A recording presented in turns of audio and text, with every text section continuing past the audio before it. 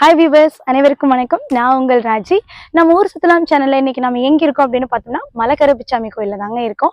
அது எங்க அமைஞ்சிருக்கு அப்படின்னு பார்த்தீங்கன்னா ஈரோடு மாவட்டத்துல அந்தியூர் வட்டத்துல இந்த மலைக்கருப்புச்சாமி கோயில் வந்து அமைஞ்சிருக்குங்க. கோபியிலிருந்து வந்தா 25 கிலோமீட்டருங்க. சத்தியிலிருந்து வந்தோம்னா 40 கிலோமீட்டர் வரணுங்க.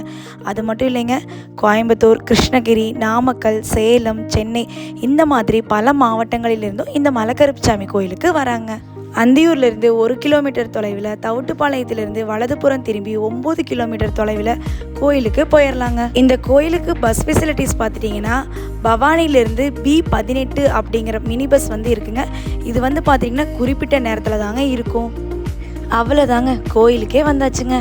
இப்போ பார்த்துட்டிங்கன்னா மலைக்கருப்புச்சாமி கோயிலோட வரலாறு நான் சொல்கிறேன். நிறைய பேருக்கு தெரிஞ்சிருக்கும், நிறைய பேருக்கு தெரிஞ்சிருக்காது. அது மட்டும் இல்லைங்க, உள்ளூர் மக்களுக்கு கண்டிப்பாக தெரிஞ்சிருக்கும், வெளியூர் மக்களுக்கு கண்டிப்பாக தெரிஞ்சிருக்காது. இங்கே வந்து பார்த்துட்டிங்கன்னா தவசையப்பன் சொல்லிட்டு ஒரு சாமி இருக்குங்க. இந்த தவசையப்பன் சிலை எப்படி உருவாச்சு அப்படின்னு சொல்லி பார்த்தீங்கன்னா முன்னொரு காலத்தில் ஒரு 400 ஆண்டுகளுக்கு முன்னாடி வந்து பார்த்துட்டிங்கன்னா வெள்ளச்சாமி மிராசுதாரன்னு சொல்லிட்டு ஒருத்தர் இருந்திருக்காருங்க. அவர் தாங்க ஊர்லேயே வந்து பெரிய ஆள். ஸோ அவர் வந்து பார்த்துட்டிங்கன்னா ஊருக்குள்ளே போய்கிட்டு இருக்கும்போது ஒரு இடத்துல மட்டும் அவருக்கு ஒரு சக்தி மாதிரி கிடைச்சி அந்த இடத்துல வந்து உட்காந்துருக்காரு. இப்படியே தினமும் போயிட்டு அங்கேயே இருக்காரு. அதுக்கு மேலே அவர் எங்கேயுமே போகிறதே இல்லை.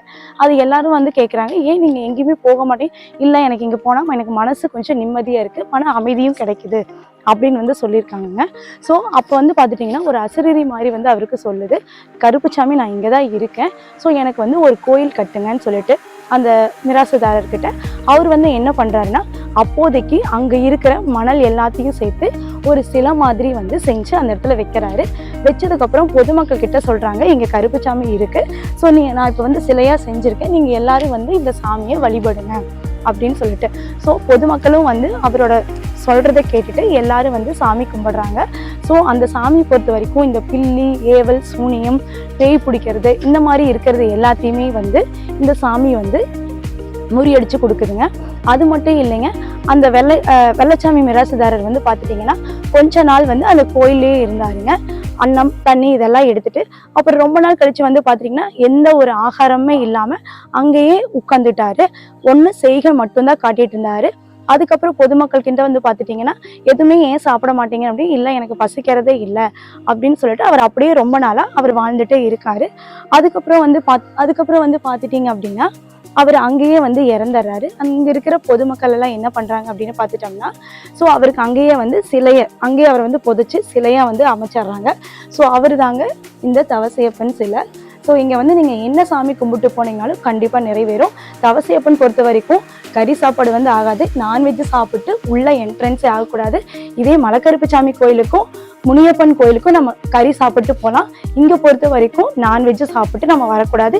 இவர் சுத்தம் சைவத்தில் தாங்க இவர் இருக்கிறாரு. ஸோ இது வந்து ஃபுல்லாமே வந்து பார்த்துட்டிங்கன்னா இயற்கை சூழல் நினைச்சு ரொம்ப அமைதியான பிளேஸ் தாங்க. இந்த கோயிலோட வரலாறு வந்து பார்த்திங்கன்னா 400 வருடங்களுக்கு முன்னாடியே உருவாயிருக்குங்க. அது மட்டும் இல்லைங்க, இந்த கோயிலில் மொத்தம் 3 சாமி இருக்குங்க. ஒன்று வந்து தவசையப்பன், இன்னொன்று வந்து முனியப்பன், இன்னொன்று வந்து மலைக்கருப்புச்சாமி கோயிலுங்க. இந்த மலைக்கருப்புச்சாமி கோயிலில் பார்த்துட்டிங்கன்னா கீழே தவசையப்பன் சாமியை கும்பிட்டு மேலே வந்தோம்னா மலைக்கருப்புச்சாமி கோயில் இருக்குங்க. இந்த கோயில் பார்த்துட்டிங்கன்னா மேற்கு தொடர்ச்சி மலை அடிவாரத்தில் அமைஞ்சிருக்குங்க. பார்க்குறக்கே இயற்கை சூழல் நிறைஞ்சு அழகாக இருக்குங்க. இந்த மலைக்கருப்புச்சாமி கோயில் பார்த்துட்டிங்கன்னா வனத்தை ஒட்டி இருக்கிறனால தவசையப்பன் கோயிலில் 6 மணிக்கு மேலே வெளியே போக சொல்லிடுவாங்க. மலைக்கருப்புச்சாமி கோயிலில் வந்து பார்த்திங்கன்னா 5:30 மணிக்கு மேலே வெளியே போக சொல்லிடுவாங்க. ஏன் அப்படின்னா யானைகள் நடமாட்டம் அதிகமாக இருக்கிறனால இங்கே மட்டும் 5:30 மணிக்கே வெளியே போக சொல்லிடுவாங்க. கீழே தவசையப்பன் கோயிலையே பைக் அங்கே நிறுத்திட்டு மேலே நடந்துதாங்க வரணும். இந்த மலைக்கருப்புச்சாமி கோயிலில் வந்து வேண்டிட்டு போனால் கண்டிப்பாக நடக்கிறதுனால ஒவ்வொரு பொம்மை உருவ சிலைகள் வந்து இந்த கோயிலில் வச்சுருக்காங்க. இந்த கோயிலோட சிறப்பு பார்த்துட்டிங்கன்னா பேய் பிடிச்சவங்க, மனநல பாதிக்கப்பட்டவங்களை இங்கே கூட்டிகிட்டு வந்து குணப்படுத்தி அனுப்பிச்சிருவாங்க. அது மட்டும் இல்லைங்க, மலைக்கருப்புச்சாமி கோயில் சிலை இருக்கு இல்லைங்க, அதுக்கு ஆப்போசிட்லேயே வந்து நிறைய சங்கிலி, விலங்கு எல்லாம் மாட்டி வச்சுருக்குங்க. இந்த கோயிலில் வந்து பார்த்துட்டிங்கன்னா இந்த குரங்களோட செட்டப் பயங்கரமாக இருக்குங்க. ஸோ குட்டீஸ்களை கூட்டிகிட்டு வந்தவங்க ரொம்பவே என்ஜாய் பண்ணுவாங்க. இங்கே பாருங்க, என் பக்கத்துலேயே வந்து நின்றுருக்கு, எனக்கு பயமாக இருக்குது, எனவே துரத்தி வருது.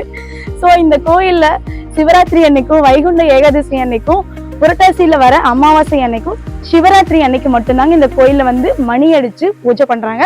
மற்ற நாட்களில் வந்து பார்த்துட்டிங்கன்னா பூஜை நடக்குங்க, மணி வந்து யாரும் அடிக்கிறதில்ல.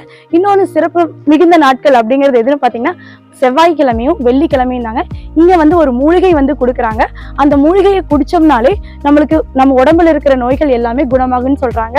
இன்னொன்னு சிறப்பு வந்து பாத்துட்டீங்க அப்படின்னா நம்மளோட மனநோய் அந்த மாதிரி இருக்கிறது எல்லாத்தையுமே வந்து இந்த கோயிலுக்கு வந்து சாமி கும்பிட்டு போனாலே அந்த மனநோய் வந்து சரியாயிருன்னு சொல்றாங்க. இது வந்து ஒரு உண்மையான கருத்தும் கூட. மலைக்கருப்புசாமி கோயிலுக்கு போகிறதுக்கு முன்னாடியே ஒரு 1/2 கிலோமீட்டரில் ஒரு லெஃப்ட் சைடு ரோடு ஒன்று கட்டாங்க. அதுதாங்க முனியப்பன் கோயிலுக்கு போகிற ரோடு. இந்த கோயிலில் பார்த்துட்டிங்கன்னா ஏவல், பில்லி, சூனியம் இந்த மாதிரி இருக்கிறதையும் வந்து சரிப்படுத்தி அனுப்பிச்சி விட்றாங்க. இந்த வாரம் மலைக்கருப்புசாமி கோயிலை பத்தி நம்ம தெரிஞ்சுக்கிட்டோம். அடுத்த வாரம் எங்க அப்படிங்கறது கெஸ் பண்ணிக்கிட்டே இருங்க வியூவர்ஸ். அது வரைக்கும் உங்களிடமிருந்து விடைபெறுது உங்கள் ராஜி. டேக் கேர், பாய்.